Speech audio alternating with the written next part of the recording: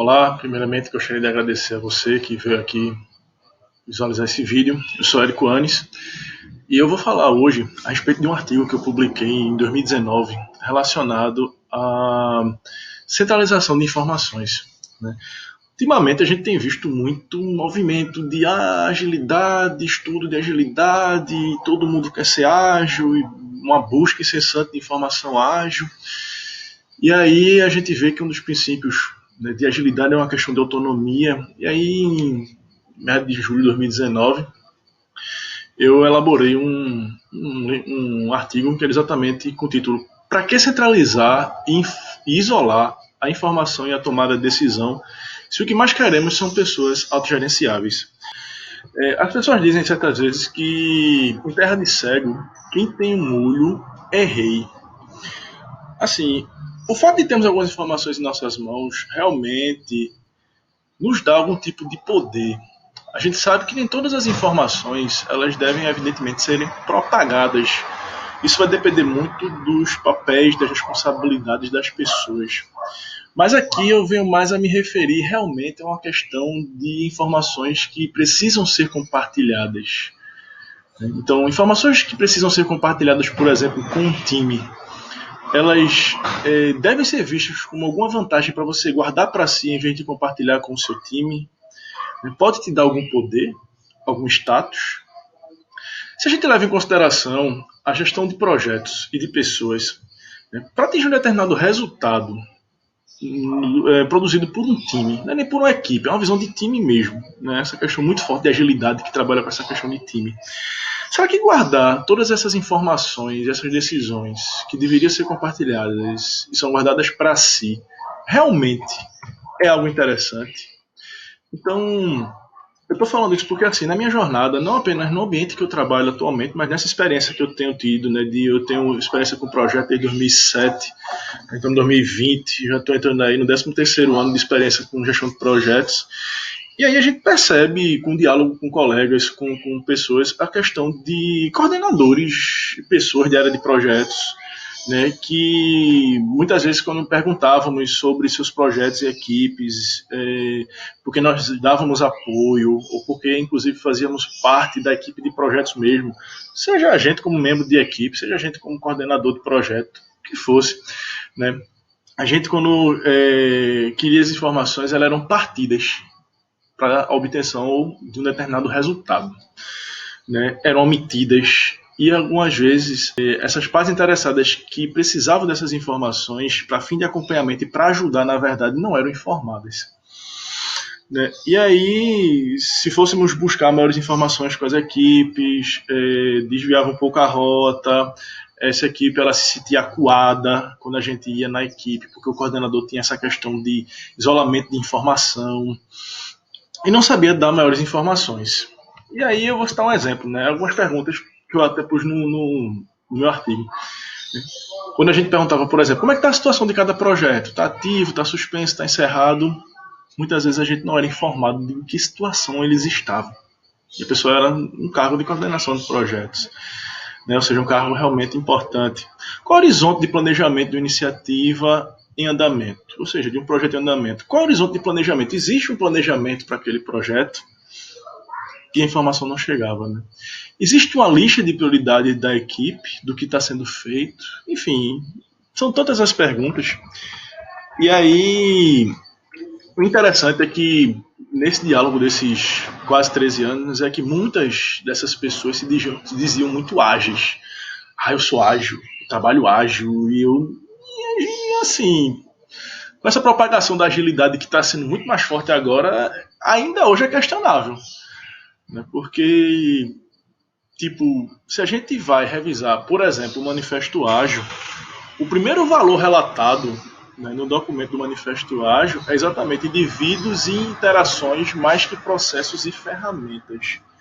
E a gente se pergunta qual a interação realmente que está havendo para que o resultado do projeto ocorra, né? E aí tem um princípio para se chegar a esse valor, que também existe lá no manifesto, que é construir projetos ao redor de indivíduos motivados, dando a eles um ambiente de suporte necessário e confiar que farão seu trabalho.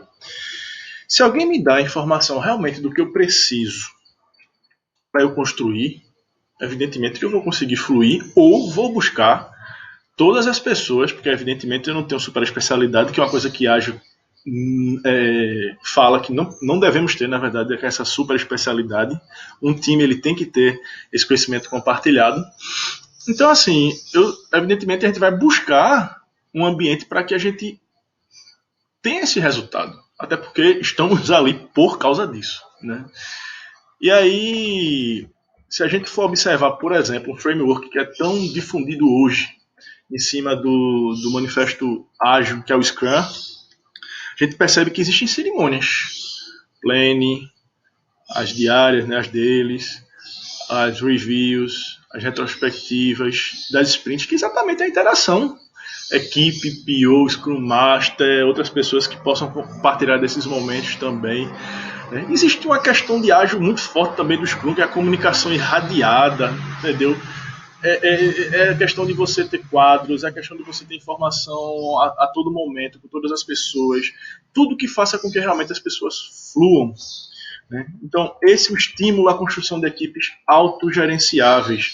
Autogerenciáveis que não quer dizer que as pessoas tenham que fazer tudo à toa e à direito, mas que aquele seu papel realmente lhe permita produzir. Interessante isso, né? E aí, a gente fica com essa pergunta, né? Se a gente quer equipes autogerenciáveis, como é que profissionais que centralizam informações, e eu estou falando não somente de membros de equipe, mas principalmente de cargos de coordenação, de gerenciamento mesmo de projetos. Por que centraliza essas informações e decisões que deveriam ser tratadas pela equipe, né, e ainda se consideram ágeis, tendo esse tipo de comportamento? E aí, eu, nos meus estudos, né, estava também pesquisando um livro que eu adoro bastante, que é o livro de competências do IPMA, o NCB, que ele fala muito da questão da delegação.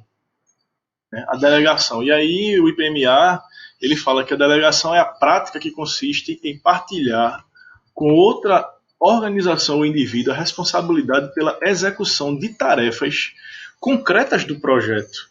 A delegação difere da descentralização de responsabilidades, porque no caso da delegação, a entidade que delega partilha a responsabilidade com a entidade delegada, enquanto na descentralização a responsabilidade é, na sua totalidade, transferida para a entidade para quem é descentralizada.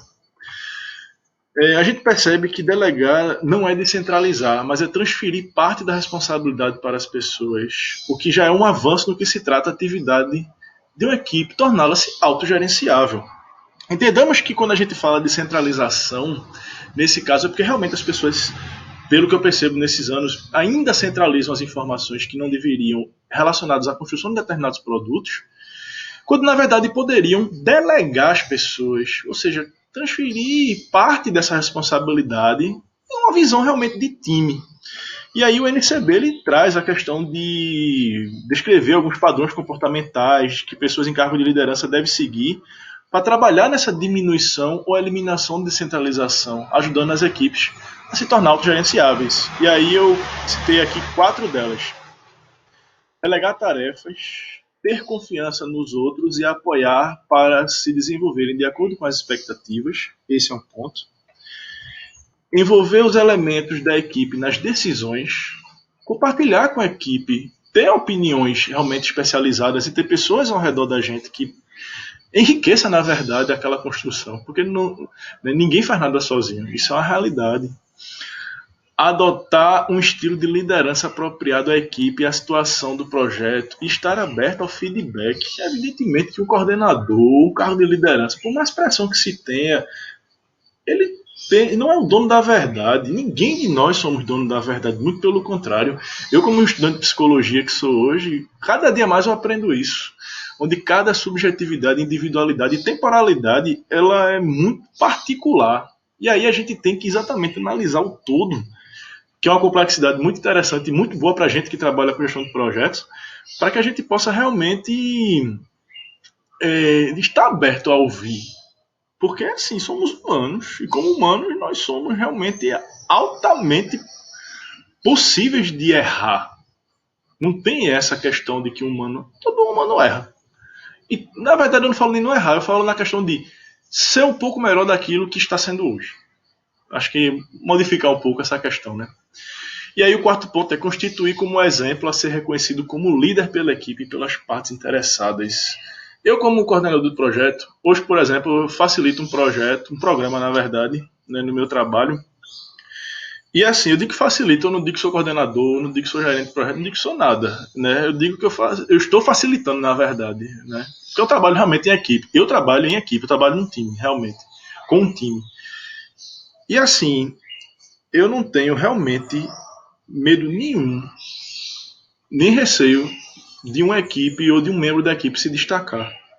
Porque eu penso que o destaque, na verdade, para a pessoa é mérito dela, evidentemente, como também é um mérito da própria equipe, porque a gente está trabalhando em conjunto.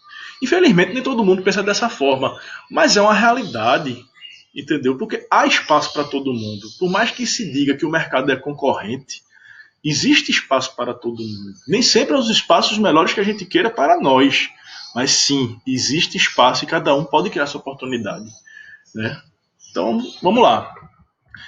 Aí tem aqui que eu coloquei algo muito legal do professor Almiro Neto relacionado ao comportamento da coordenação, né, que ela deve mudar em relação a como permitir que as equipes se autogerenciem. Então, o professor Almiro Neto, no livro Recursos Humanos Transformados pela Gestão, da minha querida professora Ana Paula Arbache, ele diz que é necessário acompanhar a gestão da cultura do lugar e que esta mudança não ocorre de imediato. O autor retrata que as organizações trazem valores que servem de guias para as atitudes e os comportamentos que devemos ter para apoiar a estratégia de condução do negócio. Entretanto, nesses valores temos a cultura explícita, que é divulgada, mas que não obrigatoriamente é realizada, como o caso da coordenação, que se intitula ágil, mas que não trabalhava a autogestão da equipe. Né? E tem a cultura tácita, que é praticada, mas não é registrada, como a centralização de informação. Então, assim, às vezes, por exemplo, tem muita gente, como o próprio professor Almiro falou, né, fala de valores que servem de guias para atitudes e comportamentos. Muitas vezes as pessoas correm loucamente estudando livros e livros de certificação, acreditando que, pronto, me certifiquei, agora estou pronto para o mercado. Eu tenho muitas ressalvas com relação a isso, a certificação principalmente, entendeu? E olha que eu sou pessoa que eu gosto de fazer prova de certificação, mas eu particularmente admiro e muito mais, eu digo isso inclusive por mim, que eu sou um cara extremamente empírico, de colocar realmente a experiência prática. Eu não vou priorizar a certificação, certo, em detrimento da minha prática. A minha prática, ela realmente, a certificação ela vai me ajudar, mas a minha prática, ela vai realmente me aprimorar muito mais. E aí alguns passos que o professor Almiro, nesse livro, né, de recursos humanos, ele traz para a mudança dessa cultura. Engajar o mais alto líder da organização neste tema. Ou seja, realmente virar uma política empresarial, organizacional. Né? Avaliar as diferenças em relação à cultura atual, priorizar os focos de atenção e criar um plano de ação. Ou seja, perceber se realmente as pessoas estão se comportando, inclusive na base do feedback e avaliações, de que se realmente as pessoas estão trabalhando da forma como dizem que trabalham. Não é? Lembrando, pessoal, isso não é botar a faca no pescoço de ninguém. Isso é uma forma de saber realmente como melhorar o formato de trabalho. Volto a dizer, nós somos humanos, estamos aptos a mudar a todo momento. Na verdade, mudamos a todo momento. Né? Então, ajustar as políticas e práticas de RH à cultura desejada, reforçar os comportamentos desejados e punir os indesejados, evidentemente, que se você tem um tipo de comportamento que você repete várias vezes, sabendo que não é a cultura, não é alinhado à organização, evidentemente que há um tipo de punição. Não vamos também dizer, somos humanos errando, não. Tudo bem que existe um limite também do erro. Isso é fato. Né? E monitorar esse progresso, fazer os ajustes necessários e começar de novo em outro patamar. Né? E aí eu trago uma outra referência também em cima dessa área, que é o professor Vicente Falcone, que é um cara também que eu gosto bastante, né? E aí ele, num livro dele que eu acho fascinante, que é O Verdadeiro Poder, ele traz no final do seu livro pontos relevantes para diminuir e até mesmo eliminar esse tipo de comportamento com quem precisa atuar como líder e permitir que equipes sejam autogerenciáveis. E aí eu selecionei 3 pontos aqui, que foi a chave para o seu bom desempenho como líder é o resultado obtido, e este só é viabilizado pelo conhecimento. Você depende de pessoas. Cuide do conteúdo da liderança. Conhecimento. Segundo ponto. Conhecimento se origina de 3 fontes: melhores práticas, informações e pessoas. Não adianta você querer se certificar, dizer que tem um certificado internacional, se na verdade você não pratica, se na verdade você não tem uma visão coletiva, achar que realmente o espaço vai ser somente seu. É bastante complicado. Conhecimento é sempre adquirido por pessoas. Terceiro ponto.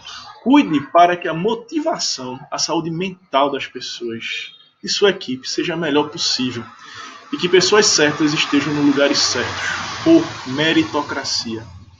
As pessoas às vezes acontece, somos humanos, né? E aí vai muito da emoção, na amizade, enfim, na confiança, na perspectiva de dar uma chance e todas as coisas e tudo mais. E aí a gente precisa ter esse cuidado, né? Que as pessoas certas estejam nos lugares certos. Cuide para que ela seja cultivada uma cultura de excelência e de elevado desempenho. Interessante que o desempenho não é tratar as pessoas como máquinas. Tanto é que o professor Falcone falou de motivação, saúde mental. Motivação é de dentro para fora. Você tem percepções, você tem emoções, motivações, ou seja, aquilo que lhe leva a algum tipo de ação, mas que evidentemente sua mente ela tem que estar saudável para que você consiga essa questão de excelência e elevado desempenho, sem tratar as pessoas como máquinas. E aí algumas considerações finais que eu faço, que é bem interessante. Pessoas que veem esse vídeo vão dizer assim: ah, Érico, isso já está batido no mercado, né? Essa questão de centralização de informação, de que as pessoas são ágeis e não são. Mas assim, Érico, que ainda há um longo chão de mudanças a serem necessárias para que líderes e equipes possam realmente entender a questão de autonomia, de tomada de decisão, para que gerem resultados mais efetivos, porque ainda existe essa questão da comunicação e da informação pela metade. E quem me conhece sabe que eu gosto, inclusive, de incentivar bastante duas coisas: a comunicação e a participação constante do cliente. E aí eu sou apaixonado também pelo Prince2, e aí tem lá um processo que é o Direct a Project, que é exatamente onde existe a parte interessada o tempo todo no projeto, desde o início até o seu término, envolvido, engajado e patrocinando, cuja responsabilidade inclusive são deles, não apenas do gerente de projeto, no resultado do projeto. Então, eu trago também outra questão, que é o resultado da última pesquisa da maturidade em gerenciamento de projetos pelo professor Daci Prado, né, que está no Maturity Research. Inclusive, nessa eu foi quem ajudei, né, fiquei responsável, na verdade, pelo levantamento das informações aqui no Norte e Nordeste. Fiquei muito feliz, inclusive. Gosto muito, inclusive, do professor Daci Prado, né, sem qualquer tipo de bajulação, muito pelo contrário, é admiração mesmo. Essa pesquisa, pessoal, ela é feita, evidentemente, por pessoas. Está ligada a ações e decisões de pessoas. Então, a pesquisa, por exemplo, aqui em Pernambuco, que pode ser vista, evidentemente, no site maturityresearch.com, teve um grau de maturidade 1,94. Que na visão da maturidade, né, as pessoas elas quase desconhecem, na verdade, os projetos, estão começando a iniciar uma consciência de gestão de projetos, ou seja, iniciativas próprias, sem uma metodologia, sem nada, mas assim, conhece escopo, tempo, custo, qualidade, as áreas de conhecimento do PMI, eu conheço as áreas do Prince, né, o Startup Project, Initiation Project e as outras partes que existem, mas não é uma coisa consistente, não é uma coisa completa, não é uma coisa compartilhada no todo. São iniciativas individuais, certo? E aí vai essa questão, 1,94. É algo interessante porque a gente pode observar nesse valor de 1,94 que as pessoas estão começando aqui em Pernambuco a perceber que ainda tem muito a melhorar na condução de suas iniciativas. Ah, Érico, tem profissionais certificados, graduados, pós-graduados, doutores? Tem, mas o nosso resultado ainda deixa muito a desejar. A pesquisa do Maturity Research, ele deixa a prova disso. Lembrando que a gente não está falando que os profissionais são incompetentes. O que a gente está falando é que precisa melhorar a forma como esses projetos são conduzidos. E aí, meu mote em específico, no caso desse artigo que eu fiz aqui, foi falar da centralização de informações quando a gente quer equipes autogerenciáveis. Então, como é que a gente pode trabalhar esse comportamento de pessoas em seus respectivos cargos que possam disseminar a informação e gerar tomada de decisão, né? Percebendo que isso vai gerar realmente um êxito maior, o sucesso, ou seja, as oportunidades de um projeto serem bem-sucedidos serem maiores. E aí eu usei aqui várias referências, Manifesto Ágil, o próprio gestão de comportamentos pelo IPMA, a gestão de recursos humanos, que é o professor Arbacho, no livro da professora Arbacho com o professor Almiro, né? A alta gestão relacionada com Falcone e Verdadeiro Poder. Falei aqui da maturidade do professor Daci Prado. Tipo, uma série de referências que são tipo difundidas aqui no Brasil e fora e que provoca novamente essa questão. Por que será que as pessoas ainda tentam concentrar algumas informações que seriam pertinentes para o time e guardam para si? Compartilhar informações que devem ser divididas é prejudicial para tornar equipes autogerenciáveis? Por quê? Eis a questão. Será que realmente é uma questão cultural? Ou entra algum outro fator subjetivo determinante? É um assunto que pode ser estendido por outras vertentes. A complexidade é grande. Eu aqui não estou querendo dizer que minha opinião é a verdadeira, jamais eu faria isso, principalmente eu hoje, como um bom aluno de psicologia. Mas aqui cabe a reflexão. Temos tanta literatura, temos bons profissionais, temos pessoas pensando em planejamento estratégico, temos certificações, tem pessoas se certificando. Mas o que é que está faltando nas pessoas para que elas, dentro delas, façam a prática dessa mudança? Para que realmente esses conhecimentos de certificação, para que os conhecimentos culturais da empresa, para que a boa relação com seus colegas de trabalho, realmente isso faça uma mudança. Para que o compartilhamento de informação para a concepção do nosso objetivo dentro de um projeto, que é conceber um resultado exclusivo, aumente as chances de oportunidade para que esse negócio seja exitoso.